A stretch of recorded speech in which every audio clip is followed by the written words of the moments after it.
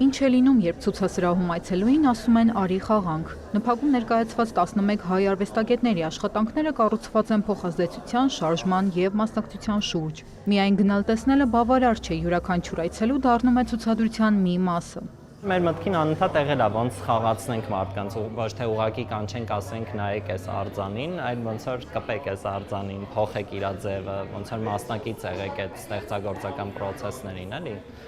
Բնականաբար իրանք ավարտուն աշխատանքներ են իրանցով, որ կարելի է զուտ նայել, բայց ոնց որ ինքը հրավիրում է նաև ինչ-որ միջամտություն ու փոփոխություն իր հետ։ Վիոլետա Սարգսյանը ցուցահանդեսին ներկայացել է կավից պատրաստած գնդակով, որի կորացած ու դեֆորմացված մասը փոխանցում է հին ու բարի ժամանակների մանկության շունչը։ Երբ որ դու գնդակ էիր ունենում,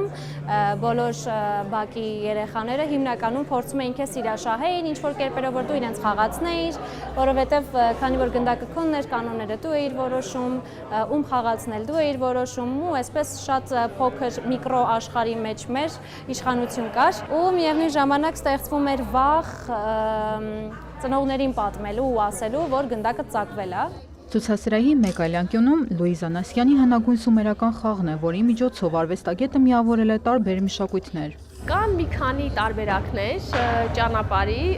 կոնկրետ այստեղ մենք խաղում ենք ավելի պարզ տարբերակը, որտեղ կարծես խոյանախշեր են գծում, հա, երկու